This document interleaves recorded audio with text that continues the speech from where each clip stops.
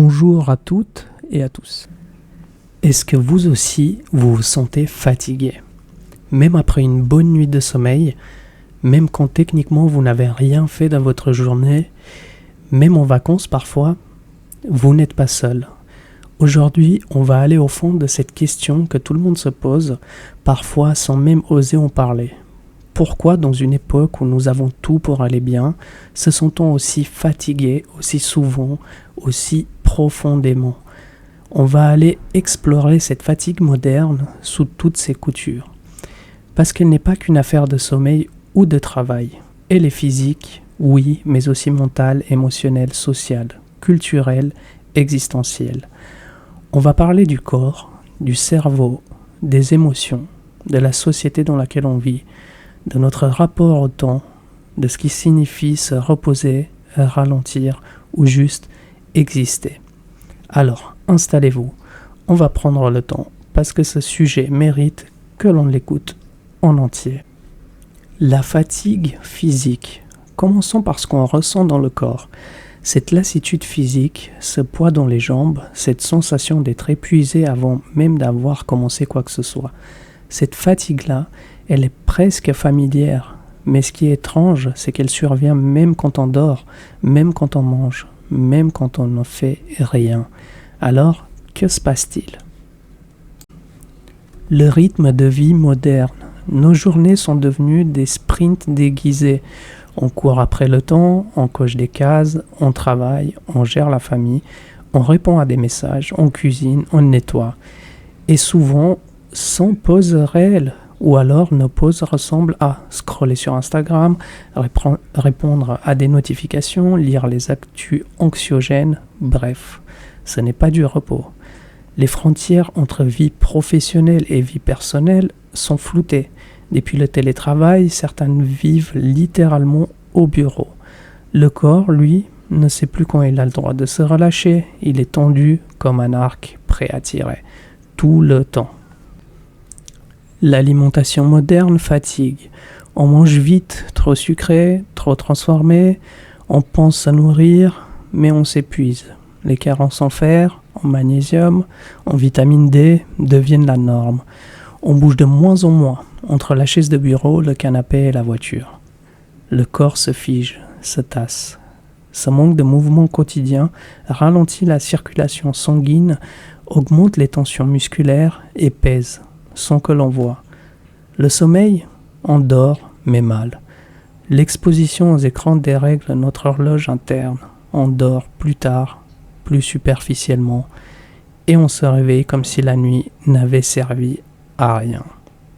Certains prennent de la mélatonine, des somnifères, mais sans comprendre que ce n'est pas juste dormir, c'est se régénérer dont on a besoin.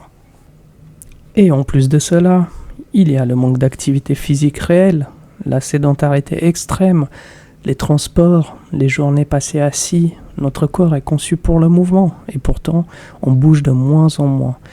Le matin, on passe de la position allongée à la position assise devant un ordinateur. On se lève à peine. Le soir, on se détend, encore assis. Ce manque de mouvement quotidien engourdit les muscles, ralentit la circulation et nous donne une impression de lourdeur constante. Et comme si ça ne suffisait pas, l'alimentation moderne n'aide pas non plus. On consomme des produits transformés, pauvres en nutriments essentiels. Ajoutez à cela une hydratation insuffisante, une digestion difficile, et vous avez un cocktail qui affaiblit progressivement l'organisme. Et le sommeil, on croit dormir, mais on ne récupère pas. L'exposition aux écrans dérègle notre rythme circadien. On s'endort plus tard, on dort de moins en moins profondément et on se réveille fatigué. La lumière bleue des téléphones, l'hyperconnexion mentale, jusqu'à dans notre lit, tout cela empêche notre cerveau de décrocher. Et sans sommeil profond, pas de vraie récupération. Le signal ignoré. Il existe ce que l'on appelle des maladies silencieuses, fatigue chronique, troubles hormonaux, inflammation diffuse, douleurs légères mais permanentes. Le corps donne des signaux, Mais comme ils sont flous, on les ignore et on continue jusqu'à l'épuisement. Parfois, cette fatigue physique est confondue avec de la paresse. Je n'ai pas d'énergie devient honteux. On pense qu'il faut forcer, mais parfois forcer aggrave le problème. Écouter son corps aujourd'hui est devenu un acte presque rebelle. Dire « je suis fatigué, j'ai besoin de repos » dans une société qui glorifie l'hyperactivité, c'est aller à contre-courant. Et pourtant, c'est l'une des premières étapes pour retrouver de l'énergie durablement. La fatigue mentale, c'est ce brouillard dans la tête, ce moment où l'on se sent dépassé même sans activité physique, où on a l'impression que notre tête ne nous appartient plus. Des pensées qui s'enchaînent sans structure, un flou continu, une radio intérieure qu'on ne peut jamais éteindre. Aujourd'hui, nous vivons dans un monde d'information permanente, ce que l'on appelle l'infobésité. Dès le réveil, beaucoup consultent leur téléphone, notifications, messages, emails, actualités, avant même d'avoir posé un pied par terre. Le cerveau est déjà en activité et ce rythme ne s'arrête pas. Trop d'informations, pas assez de sens. On passe d'un écran à l'autre, d'un sujet à l'autre, sans transition. On ne lit plus vraiment, on survole, on ne réfléchit plus, on réagit. On scrolle dans les transports, en mangeant, parfois même en parlant à quelqu'un. Le cerveau n'a plus de repos, il est saturé, il encaisse, mais il ne traite plus. Et cette saturation cognitive provoque une vraie forme d'épuisement. On a l'impression qu'on ne retient rien, qu'on n'apprend plus rien, et cette impression est souvent juste. Le cerveau, pour mémoriser, a besoin de silence, de lenteur, et il n'y en a plus. La pression d'être toujours plus. La société moderne nous pousse à l'hyper-performance. Il ne suffit plus d'être bon. Il faut être réactif, créatif, inspirant, bienveillant, et dans tous les domaines à la fois, au travail, le couple, la parentalité, santé, apparence, culture, et si possible, le tout en montrant sur Instagram que tout va bien. Les réseaux sociaux jouent un rôle énorme. Chaque jour, on voit des gens qui réussissent, qui progressent, qui semblent mieux que nous. Même si on sait que ce n'est pas toute la vérité. On se compare. On se sent en retard, on doute. Et cette comparaison permanente est une source invisible mais constante d'épuisement mental. Le bruit mental permanent. On n'est jamais seul avec soi-même.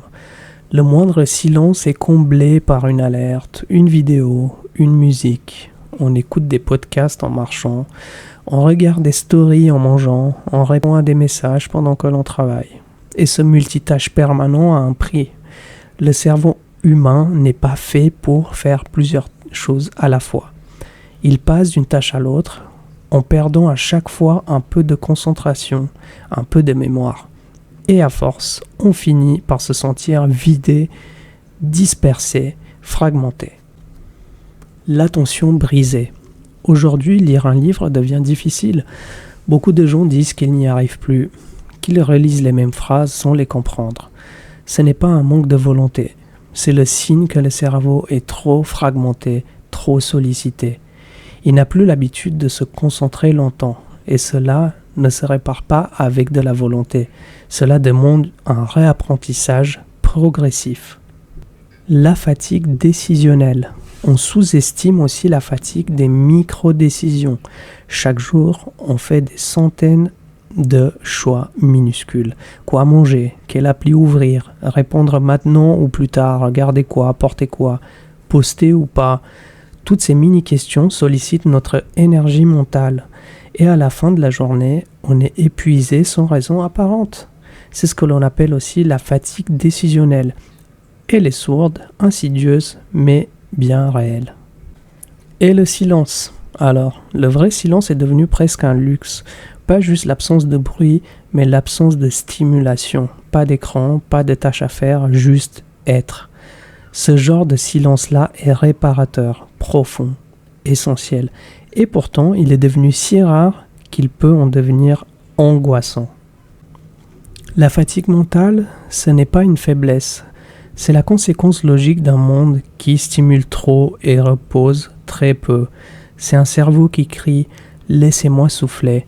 Et souvent ce cri est confondu avec de la paresse, de la démotivation, du désintérêt. Mais non, c'est juste une alerte, une demande de pause, de vide, de vrai calme. Il y a aussi la fatigue émotionnelle, une fatigue que l'on ne voit pas. Elle ne se mesure pas avec une prise de sang. On ne peut pas l'expliquer facilement, mais elle est là. C'est la fatigue émotionnelle. C'est ce moment où vous êtes debout, fonctionnel, où vous faites tout ce qu'il faut, mais à l'intérieur, tout est vide. Plus d'élan, plus d'envie. Juste l'impression de tenir sans savoir pourquoi. Une époque instable, anxiogène. Depuis quelques années, notre époque est marquée par une accumulation de crises. Crise sanitaire, crise écologique, crise économique, crise du sens. Même quand rien ne va mal dans notre vie personnelle, il y a cette tension de fond, comme un bruit sourd qu'on ne peut pas arrêter. Une ambiance générale faite d'incertitudes, de discours alarmants, de prévisions inquiétantes. Cette instabilité constante use notre système nerveux. On est en état d'alerte prolongée et à long terme, cela épuise. Il y a aussi l'hyperexposition émotionnelle. Chaque jour, nous sommes confrontés à des récits poignants, des images choquantes, des témoignages bouleversants. Et même quand ils ne nous concernent pas directement, ils s'imprègnent en nous. Ce phénomène porte un nom, la fatigue de compassion. On ressent, on absorbe, mais à force, on sature. On veut rester informé, mais à force de tout voir, de tout savoir, de tout ressentir, on se vide. Parce que ressentir constamment, c'est comme maintenir un muscle contracté 24 heures sur 24. Mais aussi la censure des émotions. Et paradoxalement, dans notre société, on parle peu de ce qu'on ressent vraiment. On répond « ça va » par réflexe. On cache la tristesse, la colère, l'épuisement affectif. On doit être positif, motivé, fort. Les émotions jugées négatives sont étouffées, disqualifiées. Mais le fait de les refouler en permanence demande une énergie énorme. C'est comme porter un sac invisible rempli de pierres. Personne ne le voit, mais vous le sentez, chaque jour. La solitude émotionnelle également. Une autre cause majeure de la fatigue émotionnelle, le manque de liens profonds. On peut avoir des amis, une famille, des collègues et pourtant se sentir seul. Pas seul physiquement, mais seul intérieurement. Parce que l'on ne parle pas vraiment, parce qu'on ne se sent pas écouté, compris, accueilli. Cette solitude, qu'on ne nomme pas toujours, creuse un vide, et ce vide draine nos ressources émotionnelles jour après jour. Il y a aussi l'usure intérieure. À force, cette fatigue émotionnelle peut provoquer de l'irritabilité, de la tristesse diffuse, du cynisme, une sensation d'éloignement du monde. On devient indifférent, on pleure pour rien, on ne ressent plus rien du tout. Certaines personnes appellent ça un détachement protecteur. C'est comme si le cœur avait mis une armure, mais cette armure, aussi utile soit-elle, isole et rend la fatigue encore plus profonde. Ce dont on a besoin, ce que réclame une personne émotionnellement épuisée, ce n'est pas forcément de se changer les idées, c'est de pouvoir ressentir sans être jugé. C'est d'avoir un espace pour être vrai, fragile, humain, sans masque, sans devoir aller mieux. C'est ça le repos émotionnel, être accepté tel que l'on est, sans avoir à justifier quoi que ce soit. Une société qui épuise.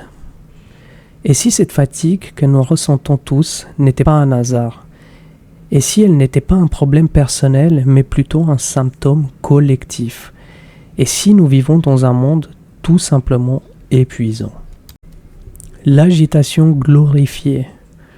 Dans notre culture, dire « je suis débordé » est souvent vu comme un compliment, comme si être fatigué était une preuve qu'on a de la valeur.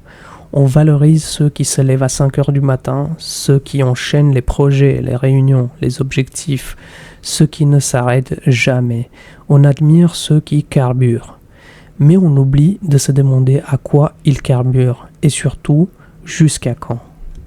La performance comme une religion. La société moderne repose sur une logique simple. Produire, performer, rentabiliser. Tout doit être utile, optimisé, maximisé. Même notre repos doit être productif. Faire du yoga, de la méditation, du sport doux, mais pas trop. Même notre bien-être devient une tâche à accomplir. On transforme notre temps libre en nouveaux devoirs. Apprendre, s'améliorer, se développer. On lit des livres sur comment mieux dormir pendant qu'on est censé se reposer. Le capitalisme de l'attention. Aujourd'hui, notre attention est une ressource monétisée. Chaque seconde passée sur un écran est exploitée. On ne consomme plus, on est consommé. Les plateformes sont pensées pour retenir notre attention le plus longtemps possible. Ce n'est pas un accident si tu ouvres ton téléphone pour 2 minutes et qu'une heure plus tard, tu y es encore. Et pendant que tu scrolles, tu te vides. Tu penses à te détendre, mais tu t'épuises. Doucement, silencieusement, profondément. L'identité mise en scène. On ne vit plus juste pour soi. On vit pour être vu. On photographie nos vacances, nos lectures, nos repas, notre visage, pour exister à travers le regard des autres. Même les moments intimes deviennent des contenus. Et cette mise en scène permanente nous éloigne de nous-mêmes. On joue un rôle, on performe une image. Et cette performance émotionnelle, sociale, numérique coûte de l'énergie. L'injonction à tout réussir. Aujourd'hui, il ne suffit plus d'avoir un métier. Il faut qu'il soit épanouissant, créatif, libre. Il ne suffit plus d'être parent. Il faut être présent, doux, pédagogue, parfait. Il faut être en pleine forme, bien habillé, intéressant, cultivé, bienveillant et toujours en train de progresser. C'est ce que l'on appelle la tyrannie du développement personnel. Même notre repos doit servir à devenir une meilleure version de soi-même. C'est absurde et surtout épuisant. Le problème n'est pas individuel. La société moderne crée la fatigue, puis elle vend des produits pour la soulager. Des compléments alimentaires, des applis de méditation, des retraites de silence. Elle fabrique le problème, puis elle monétise la solution. Mais cette fatigue n'est pas un bug personnel. Elle est le fonctionnement normal d'un système anormal. C'est une conséquence logique, pas une anomalie. Les solutions possibles. Pas celles où l'on vous dit « pensez positif » ou de boire du thé de détox, mais celles où on se demande comment vivre autrement, comment reprendre notre souffle dans un monde qui nous essouffle. Premièrement, accepter la fatigue comme un signal et pas une faiblesse. La première étape, c'est de changer notre regard. La fatigue n'est pas un échec. Ce n'est pas un manque de volonté ni un défaut de caractère. C'est une alarme intelligente. C'est le corps, l'esprit, le cœur qui disent « ça suffit ». Ignorer cette alarme, c'est brûler nos réserves. L'écouter, c'est le premier pas vers la guérison. Ralentir, vraiment. Pas ralentir pour être plus performant. Ensuite, pas ralentir pour optimiser sa productivité après la sieste, mais ralentir pour se recentrer. Cela peut commencer par des petites choses. Marcher lentement, sans destination, manger sans écran, prendre 10 minutes sans rien faire, laisser une journée vide dans son agenda. Ce sont des micro-actes de résistance, des espaces de vie retrouvés. Créer du silence, pas juste couper le son, mais créer du silence intérieur. Moins de notifications, moins de réponses immédiates, moins d'obligations non vitales. Le silence n'est pas un vide, c'est un terrain fertile. C'est là que naissent la clarté, la créativité, la paix. On ne se repose pas en fuyant, on se repose en se retrouvant. Se reconnecter à soi et aux autres. Fatigué ne veut pas dire seul, mais souvent la fatigue nous isole. Alors il faut recréer des liens, des vrais, pas juste des conversations superficielles ou des emojis échangés, mais des partages où on peut dire « là je vais mal », « là j'ai besoin d'être écouté » et aussi se reconnecter à soi. Qu'est-ce qui me nourrit? Qu'est-ce qui m'épuise? Qu'est-ce qui me donne envie de me lever le matin? Les réponses ne viennent pas toujours vite, mais elles viennent dans l'espace que l'on crée pour elles. Changeons notre rapport au temps. Le temps n'est pas qu'un outil à remplir, c'est aussi une matière à habiter. Apprendre à ne rien faire sans culpabilité, à laisser des vides dans nos journées, à dire non à ce qui ne nous convient plus, à sortir du calendrier automatique, retrouver notre propre rythme, celui qui respecte notre corps, notre besoin de lenteur, notre respiration. Aussi, redéfinir le succès et la valeur.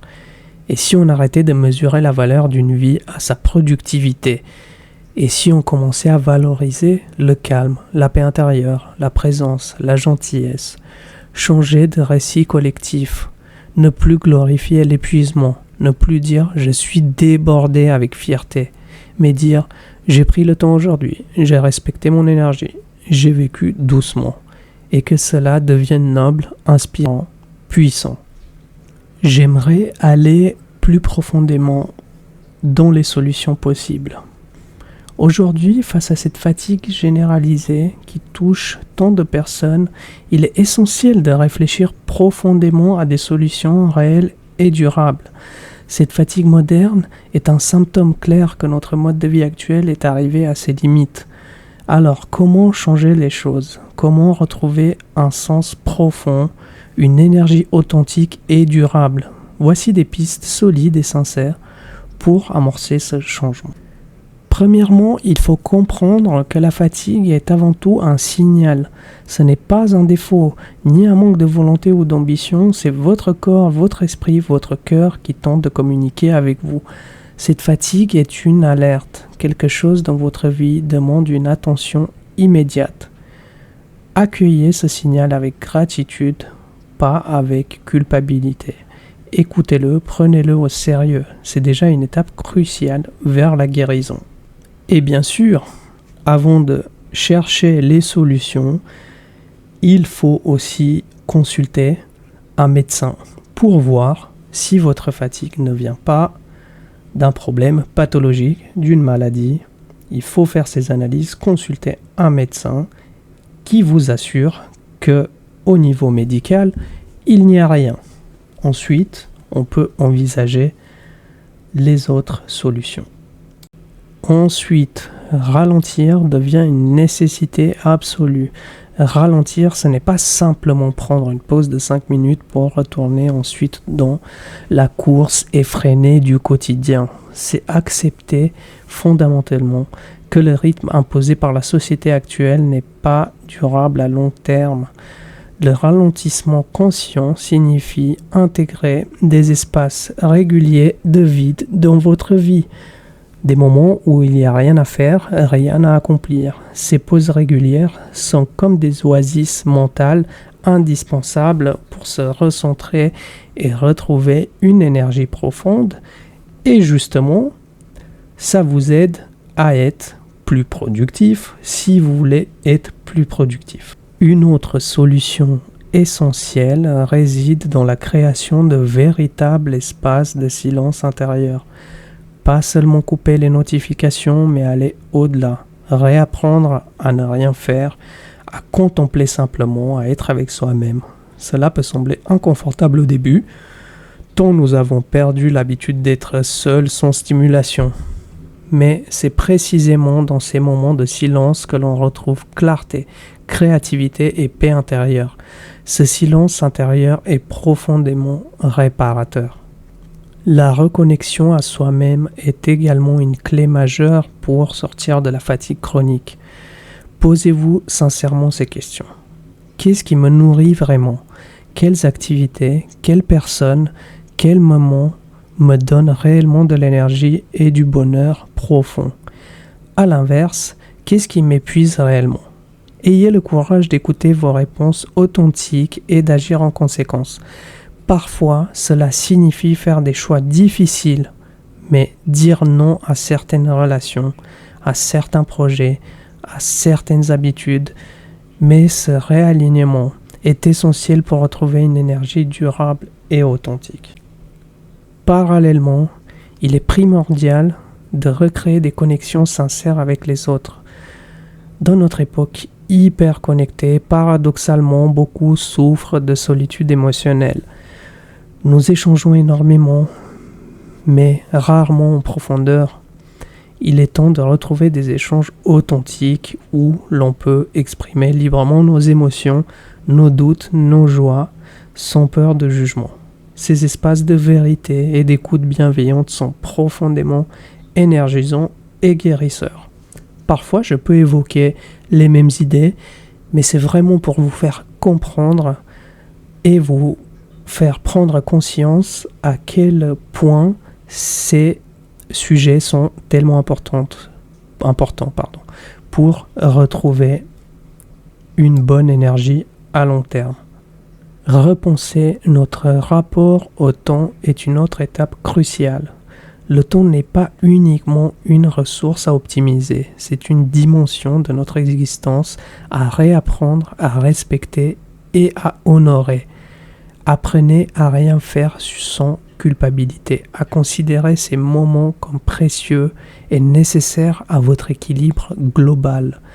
Valorisez ces instants autant, sinon davantage que les moments productifs. Changez votre perception du temps. Voyez-le non pas comme un ennemi à combattre, mais comme un allié précieux à honorer. Enfin, nous devons collectivement redéfinir ce que nous considérons comme le succès et la valeur personnelle. Le succès ne devrait plus se mesurer uniquement à notre productivité, à notre performance ou à notre capacité à gérer 1000 choses à la fois. Valorisons plutôt la paix intérieure, la capacité à vivre pleinement et simplement chaque instant, à être présent et disponible pour soi et pour les autres. Encourageons une société où la simplicité, la lenteur, l'authenticité deviennent des valeurs centrales et respectées. Et un petit conseil, si vous n'arrivez pas à changer la société dans laquelle nous vivons, au moins faites-le pour vous-même. Et la société changera à sa manière. Ce changement de perception nécessite une prise de conscience profonde et collective. Mais il commence toujours par un changement individuel, comme je vous disais. Soyez le premier à ralentir consciemment dans votre entourage. Soyez celui qui ose dire non à l'agitation permanente. Celui qui choisit le calme, la profondeur et l'authenticité plutôt que la superficialité et l'épuisement. En adoptant ces approches sincères, profondes et durables, vous pouvez transformer votre vie. Vous pouvez retrouver une énergie authentique et durable, un sens profond à vos journées, à votre existence tout entière. Prenez ce message au sérieux, ce n'est pas un appel à faire plus, mais à faire mieux, à vivre mieux, à être mieux. Et comme je le disais, l'une des solutions clés pour vaincre cette fatigue réside dans la prise de conscience de nos besoins réels et profonds. Apprendre à écouter ses émotions, ses ressentis physiques, psychologiques et spirituels est essentiel. Cette écoute active permet d'identifier clairement ce qui manque à notre équilibre personnel. Souvent, nous vivons déconnectés de nos propres besoins, absorbés par les attentes extérieures. Une écoute honnête et quotidienne, même brève, est donc nécessaire pour restaurer l'équilibre interne. Penser à développer une routine d'autocompassion est aussi une démarche fondamentale. L'autocompassion ne signifie pas s'apitoyer, mais se traiter avec la même bienveillance que l'on accorderait à un proche en difficulté. Cette démarche simple, mais puissante, contribue grandement à réduire le stress et l'anxiété, qui souvent sont à l'origine de notre épuisement. apprenez à vous pardonner vos erreurs, vos moments de faiblesse, vos échecs passés. L'autocompassion permet de libérer une grande quantité d'énergie émotionnelle bloquée par la culpabilité ou l'autocritique. L'intégration régulière des pratiques corporelles régénératrices constitue une autre piste prometteuse, que ce soit par le yoga, la respiration consciente, la méditation guidée ou même des techniques corporelles comme le tai chi. Ces pratiques offrent une voie vers la détente profonde et le réalignement du corps-esprit. Moi, par exemple, ce que je fais personnellement et ce qui m'aide, c'est la marche à pied. La marche en nature, ça m'aide énormément. Parfois, même dans la ville, dans la forêt, partout, ça m'aide beaucoup. Et je fais parfois plus de 20-30 000 pas par jour. Le corps étant le réservoir de notre énergie vitale, lui accorder régulièrement du soin, de l'attention et de la douceur est une clé puissante pour retrouver durablement de l'énergie. Repenser notre rapport à la technologie est également crucial. Nous vivons constamment sollicités par les notifications, les messages, les alertes, comme je vous le disais tout à l'heure. Sans nous en rendre compte, notre attention est fragmentée, épuisée. Créer des périodes volontairement hors connexion, même courtes, chaque jour. Ces moments de digital detox permettent à notre cerveau de récupérer, de se régénérer et de retrouver un fonctionnement optimal. La discipline numérique, loin d'être une contrainte, devient rapidement un plaisir libérateur. Vous allez voir. Réapprendre à jouer, à expérimenter sans pression des résultats est une voie trop souvent oubliée vers la récupération de notre énergie vitale. Dans notre société concentrée sur la performance, le jeu et l'expérimentation libre sont souvent dévalorisés ou ignorés. Pourtant, ces moments de légèreté, de spontanéité, de créativité pure, sans objectif précis, sont essentiels pour recharger notre système nerveux et retrouver une énergie authentique. Autorisez-vous à explorer des activités nouvelles sans jugement de valeur ni pression de résultat. Cultiver une connexion avec la nature est également une solution profondément régénérante. Le contact régulier avec la nature, même sous forme de simples promenades ou d'observation attentive, permet de restaurer rapidement notre équilibre mental et émotionnel.